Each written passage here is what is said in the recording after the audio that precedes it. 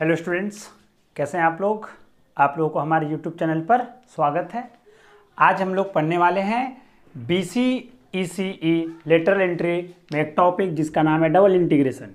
Double integration में हमने बहुत सारे टॉपिक पढ़े थे और आज हम लोग एक और लास्ट क्वेश्चन करने वाले हैं डबल इंटीग्रेशन के ऊपर। आज जो अपना टॉपिक ऑफ डिस्कशन है वो क्या है? Change of order of integration.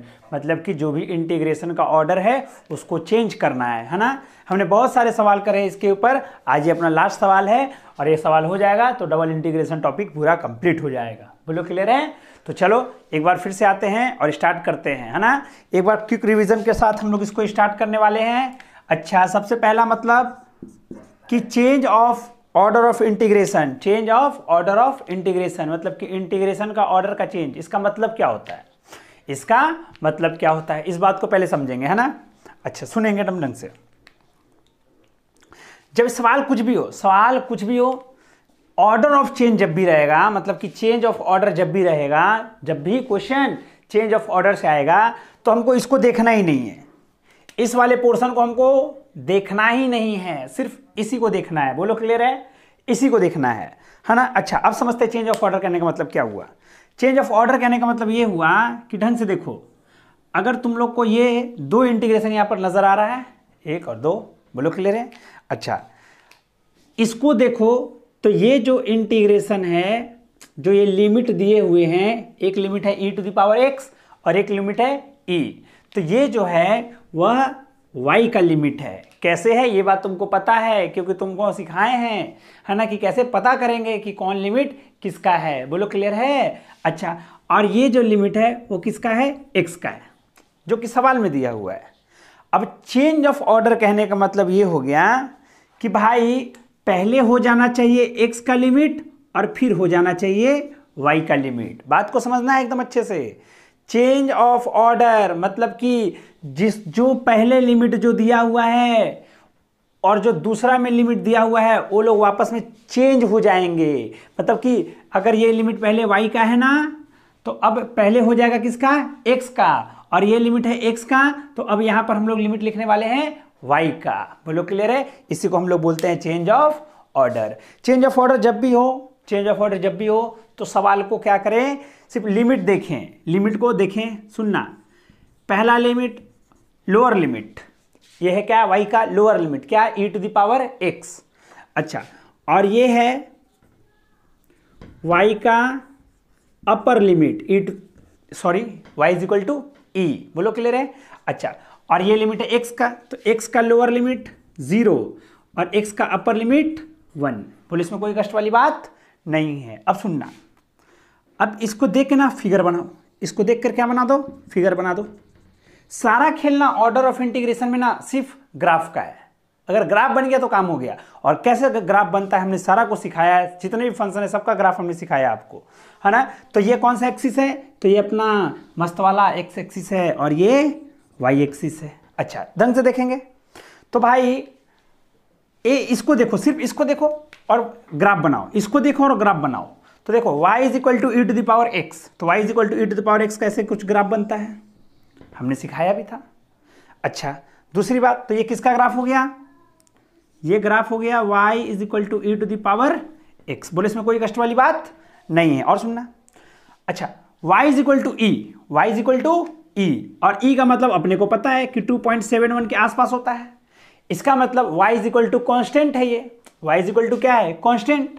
अरे y = 2 मतलब कि कांस्टेंट, y = 2.71 मतलब कि कांस्टेंट। तो इसका मतलब जो 2.71 का मान होता है वही मान तो y = e का होता है। अरे भाई बहुत बढ़िया बात। तो y = e का मान। तो अब सुनना, अब देखना अच्छे से। तो ये है y = e का ग्राफ, y = e का ग्राफ। अच्छा, अब ये सुनना, और ये है जो किसका ग्राफ था? ये वाला जो ग्राफ था वो y = e⁻x का ग्राफ था।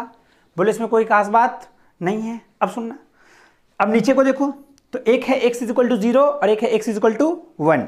चलो भाई सुनना, एक है x = 0, तो ये वाला लाइन हो गया x = 0। अच्छा, और दूसरा x = 1। अब एक बात सोच कि x = 1 यही वाला लाइन है। कैसे पता चला?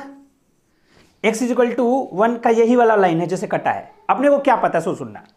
अगर हम लोग देखें कि आपको एक इक्वेशन ये नजर आ रहा है और एक इक्वेशन ये नजर आ रहा है, अगर हम x 1 बैठाते हैं तो ये y इजिकल टू क्या हो जाएगा, e हो जाएगा कि नहीं हो जाएगा। तो देखो y इजिकल टू 1, तो सब तो इसी पॉइंट वहां पर है। बोलो लॉजिक क्लियर है? चलो आ जाओ, है ना। हालांकि जिसको दिक्कत हो रहा है वो फिर से एक बार देख लेगा जाके प्रीवियस वीडियो को। हम ये भी बताए हैं कि कैसे इंटरसेक्शन पॉइंट निकालते हैं, है ना, सब कुछ बताया गया है, ठीक है। अच्छा, तो ये ग्राफ हो गया। अब सुनेंगे अच्छे से, सिर्फ अभी सवाल, अभी हम लिमिट कुछ नहीं कर रहे हैं, हम अभी सिर्फ सवाल सॉल्व कर रहे हैं, बस सवाल जो दिया हो बस उसको दिखा रहे हैं ना। अभी हमको इससे मतलब भी नहीं है, हमको इससे अभी तक मतलब भी नहीं है। ये क्या है, ये y, अभी तक इतना मेरे को पता है। अच्छा, अब देखेंगे पहला लिमिट किसके रिस्पेक्ट में है, किसका लिमिट है पहला, तो y का लिमिट है। तो जिसका भी लिमिट पहले है उसके ना पैरेलल में स्ट्रिप बना दो। जिसका लिमिट है ये पहले, उसके पैरेलल में स्ट्रिप बनाना है। जिसका लिमिट पहले होगा उसके पैरेलल में स्ट्रिप बनाना है। फिर से, जिसका लिमिट पहले होगा उसके पैरेलल में स्ट्रिप बनाना है। अच्छा, स्ट्रिप ऐसा होता है, ऐसे, जिसकी थिकनेस बहुत ही छोटी होती है dx, और इसकी लंबाई y होती है। बोलो क्लियर है? ये स्ट्रिप ऐसा होता है। अच्छा, तो पहला लिमिट किसके रिस्पेक्ट में है, तो y क्या है, y का लिमिट पहले है। तो अब मेरे को सुनाइए, तो मेरा खेल से बाहर हो गया। तो अब मेरे को चाहिए भाई कि अब मेरे को क्या चाहिए कि अब मेरे को y के पैरेलल में स्ट्रिप बनाना है। किसके पैरेलल में, y के पैरेलल में। अब अगर भाई अपने को y के पैरेलल में स्ट्रिप बनाना है तो अब सवाल उठता है कि स्ट्रिप बनाए कहां। बोलो क्लियर है? तो सुनना, अब स्ट्रिप बनाने का मेरे पास दो ही जगह है ना, तरीका सिर्फ समझना है ना। तरीका क्या है स्ट्रिप बनाने का, सिर्फ दो ही जगह है। क्या क्या? तो देखो, जो जो एरिया घिर चुका है ना, कवर हो चुका है, मतलब पैक हो चुका है, उसी में स्ट्रिप बनेगा। स्ट्रिप उसी में बनेगा, किसमें, जो जो एरिया घिर चुका है। तो एरिया ये तो ये घिरा या तो ये घिरा, तो स्ट्रिप या तो यहां बनेगा या तो स्ट्रिप यहां बनेगा, है ना। अब कहां बनेगा हमको नहीं मालूम, हम दोनों सिखाते हैं कैसे बनेगा, है ना। तो अपन ने सोचे कि चलो भाई यहां बनेगा, हम सोचे कि नहीं भाई यहां बनेगा, यहां पर स्ट्रिप बना दिए। बोले थे ना कि जिसका लिमिट पहले उसके पैरेलल में स्ट्रिप। तो देखो दो को घिरा हुआ तुमको नजर आ रहा है ना, एक ये पोर्शन घिरा हुआ नजर आ रहा है और एक ये घिरा हुआ नजर आ रहा है। तो हम एक ना घिरा हुआ नजर में नीचे में बना दिए अपने मन से पैरेलल स्ट्रिप। सही है। अब देखते हैं, तो बोले थे कि ये दूरी कितनी कहलाती है, x, और ये दूरी इसकी कितनी कहलाएगी, कहलाएगी कि नहीं कहलाएगी। अब देख, अगर इस y को देखोगे तो y का ये वाला पोर्शन जो है वह लोअर पोर्शन है और ये वाला जो पोर्शन है वह अपर पोर्शन है। अब देखो, तो तुम जो स्ट्रिप बनाए हो उस स्ट्रिप से y का लोअर पोर्शन कितना आएगा, लोअर वैल्यू कितना आएगा, तो 0 आएगा। देखो ना, y का लोअर वैल्यू x पर है तो y का लोअर वैल्यू कितना होगा, 0 होगा। अब क्या y इज इक्वल टू 0 है लोअर वैल्यू, नहीं है। लोअर वैल्यू क्या है, y is equal to e to the power x। मतलब ये बात हो गया कि स्ट्रिप यहां नहीं बनेगा, क्योंकि अगर स्ट्रिप यहां पर बनता तो क्या होना चाहिए था, या lower limit y is equal to 0 होना चाहिए था, जो कि है नहीं, तो नहीं बनेगा। सवाल खत्म। बोलो क्लियर है एकदम अच्छे से, इसमें कोई कष्ट वाली बात नहीं है, एकदम अच्छे से एकदम फील करो, है ना, सब कुछ समझ में आएगा। बोलो क्लियर है। अच्छा, इसका मतलब दो घिरा हुआ नजर चीज पोर्शन आ रहा था, एक ये और एक ये, यहां पर नहीं बना सकते। क्यों? क्योंकि कुछ देर पहले बोले कि अगर यहां पर स्ट्रिप बनता है तो स्ट्रिप में जो y की लंबाई होगी तो जो लोअर वाला y का जो वैल्यू होगा वह 0 होगा। लेकिन क्वेश्चन में e to the power x है तो यहां पर नहीं बना सकते। अच्छा, तो कहां पर बनाना चाहिए, अब यहां पर चेक करते हैं, यहां पर बनाना चाहिए कि नहीं बनाना चाहिए। तो ये स्ट्रिप हो गया। बोलो क्लियर है। अब सुनना, अब ये हो गया dx और ये हो गया y। अब बोल लोअर वैल्यू कहां पर टच कर रहा है, तो लोअर वैल्यू इस वाले ग्राफ पर टच कर रहा है और इस ग्राफ पर y का मान कितना है, e to the power x। देखो lower limit e to the power x है, मतलब ये सही जा रहा है अभी तक। अच्छा, इस y का, इस स्ट्रिप का अपर लिमिट कहां पर है, तो अपर वैल्यू यहां पर है। तो अपर वैल्यू में सुनना, अपर वैल्यू में y कहां पर गया, तो अपर वैल्यू में y यहां पर गया, यहां पर टच है ना, और यही तो है y is equal to e, y is equal to e, तो upper value y is equal to e. बोलो क्लियर है। तो इसका मतलब स्ट्रिप यहां पर बनेगा। बोलो क्लियर है। अब सुनना अच्छे से, अब ये सवाल का है, अब मेरा जवाब सुनो। फिर से एक स्ट्रिप बनाओ, फिर से एक फिगर बनाओ, वही वाला फिगर, सेम फिगर।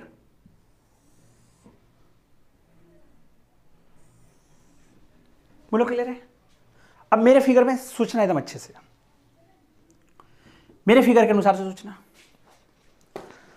अब ऑर्डर चेंज करने का मतलब क्या होता है, सो सुनना कि डबल इंटीग्रेशन में होता क्या है, डबल इंटीग्रेशन में होता क्या है कि जो लिमिट पहले दिया हुआ रहता है उसी के पैरेलल में हम लोग स्ट्रिप बनाते हैं हमेशा। तो ये पहले लिमिट किसका दिया हुआ था, y का, इसलिए हम लोग y के पैरेलल में स्ट्रिप बनाए।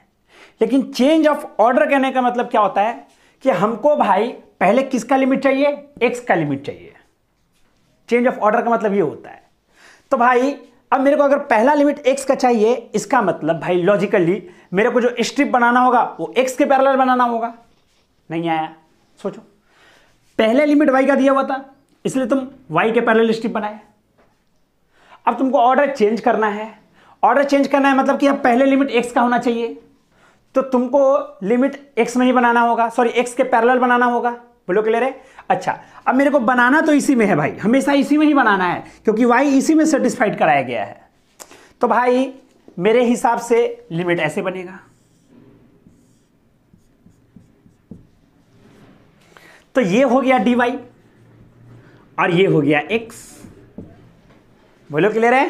अब आओ देखते हैं, ऑर्डर चेंज कर देते हैं। अब कोई कष्ट नहीं होगा, देखना, dy या dx dy कर दो, जो भी लिखना है लिखो, कोई कष्ट वाला बात नहीं है। अब सुनना, पहले ये x है तुम्हारा, क्योंकि पहले लिमिट किसका करना है, x का, इसलिए x के पैरेलल में स्ट्रिप बना दिए। अच्छा, x का लोअर वैल्यू यहां पर है क्योंकि अपने को पता है कि x का मान इधर से इधर बढ़ते हुए जाता है, x का मान इधर से इधर बढ़ते हुए जाता है। तो भाई x का लोअर वैल्यू ये वाला है, तो लोअर वैल्यू x का कितना है, तो इस पर है, तो यहां पर लोअर वैल्यू कितना होता है x का, 0। अरे y एक्सिस पर है ना, तो x का लोअर वैल्यू 0। अच्छा, और x का अपर वैल्यू यहां पर टच हो रहा है, और ये जो है ये वाला वो y is equal to e⁻x है। तो यहां पर हम लोग लिख सकते हैं कि x is equal to log y। अरे यही तो तरीका होता है ना, y is equal to e⁻x, दोनों साइड ले लिए लॉग, तो ये हो गया लॉग y और इधर हो गया log e⁻x। log और e वापस में cancel, log y is equal to x, मतलब ये लोग दोनों 1 हो जाते हैं। बोलो क्लियर है? तो x is equal to log y, तो इसका अपर लिमिट कितना हो गया, log y। बोलो क्लियर है? अब बताओ, और y का मान कहां से कहां तक जाएगा, यही सबसे इंपॉर्टेंट चीज है। बात समझ में? पहले तो हम लोग x का लिमिट कर दिए है ना, कि x का भाई लोअर लिमिट 0 हो गया और अपर लिमिट log y हो गया। लेकिन अब मेरे को बताना है कि तो y का लिमिट कितना हो गया। चलो अब मेरे को बताओ, अच्छे से समझ के बोलना। तो भाई ये तो भाई x का लिमिट हो गया, अब y का लिमिट कहां से कहां तक, तो y का लिमिट भाई इस पॉइंट से लेकर के इस पॉइंट तक। अच्छा, ये ग्राफ किसका है, ये ग्राफ किसका है, ये ग्राफ किसका है, तो y is equal to e⁻x का है ना ग्राफ। अच्छा, यहां पर ये वैल्यू, यहां पर x कितना होगा, 0, तो y is equal to e⁻0, मतलब y इज इक्वल टू 1, मतलब कि y यहां से यहां तक जाएगा, तो y का ये वाला वैल्यू कितना हो गया, 1, और ये वाला वैल्यू हमको पता है कि भाई ये e वाला लाइन है। बोलो क्लियर है? अब देखना, सुनना, सवाल पहले किसका लिमिट था, y का, फिर किसका था, x का, ये सवाल था। वो बोला ऑर्डर चेंज करो। ऑर्डर चेंज करने का मतलब सुनना, पहले हम कर दिए किसका, x का, और फिर कर दिए y का। ऑर्डर चेंज मतलब कि जो पहले है उसको बाद में, जो बाद में उसको पहले, ऑर्डर चेंज। तरीका क्या है, पहले सवाल को देखो और उसका जो लिमिट दिया हुआ है उसे ना ग्राफ बनाओ। बोलो क्लियर है? तुमको नजर आएगा कुछ bounded area, maximum time bounded area नजर आता है। बाउंडेड एरिया में क्या करो कि जिसका लिमिट पहले दिया हुआ है उसके पैरेलल में एक स्ट्रिप बना के चेक कर लो कि वो बाउंडेड रीजन है कौन सा तुम्हारा। जैसे अपने को यहां पर 2 बाउंडेड नजर आ रहे थे कि ये भी था और एक ये भी था, अपने को दोनों में चेक कर लिए, तो भाई सेटिस्फाइड हुआ कि ये वाला। तो ये सवाल था। अब जवाब में सुनना, जवाब था कि भाई जिसके पैरेलल में स्ट्रिप बनाते हैं उसी का पहला लिमिट लिखाता है। अब ये लिमिट y का था, अब हमको लिमिट करना था x का, तो मेरे दिमाग में ये चीज चले जाना चाहिए कि अगला जो लिमिट है अगला जो लिमिट है वो x का बनाना है मेरे को, तो x का बनाना है इसलिए स्ट्रिप पैरेलल टू x होना चाहिए। बोलो क्लियर है? x के स्ट्रिप को पैरेलल करा तो मेरे को पता चला कि x स्ट्रिप यहां पर 0 है और यहां पर log y है। अच्छा, और y यहां से यहां तक, तो भाई इस ग्राफ पर है y का मान, सुनना यही ग्राफ है ना तुम्हारा जी, तो इस ग्राफ पर यहां पर पॉइंट है एक, अरे y का वैल्यू यहीं से यहां तक है ना, तो यहां पर y का मान, तो ये ग्राफ भाई y equal to e to the power x है, यहां पर x का मान होता है 0, तो y is equal to e to the power 0, मतलब y इज इक्वल टू 1, और अपर लिमिट कितना, तो ये भाई ये लाइन जो है y is equal to e का है। बोलो क्लियर है? तो यहां का मान 1 से लेकर e तक है ना, तो चेंज ऑफ ऑर्डर ये वाला हो गया आंसर। बोलो क्लियर है? पक्का बात? चले है ना, आगे अच्छे से पढ़ाई करते रहें, सभी वीडियो देखते रहें, ठीक है।